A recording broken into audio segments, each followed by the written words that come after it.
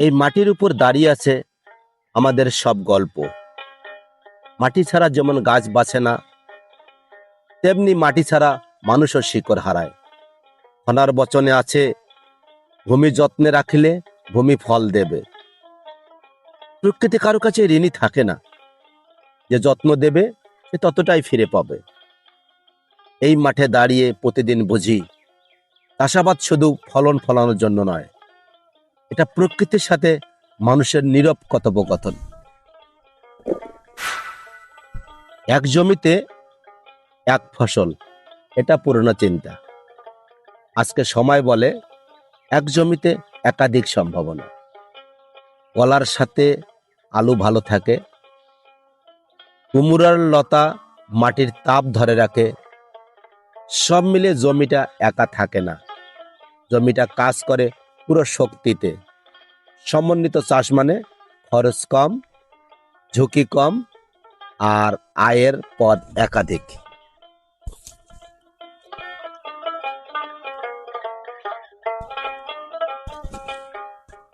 আজ আলু তুলছি, পাশে মিষ্টি কুমড়া বেড়ে উঠছে, আর এই দুই পাশে দুই কলার গাছ ভবিষ্যতের আশ্বাস দিচ্ছে।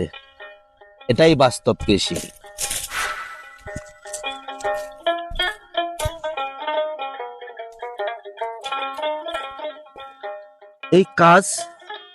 এই কাজগুলো শরীরকে ক্লান্ত করে ঠিকই, কিন্তু মনকে হালকা করে। মাঠে নামলে অপ্রয়োজনীয় চিন্তাগুলো মাটিতে পড়ে থাকে।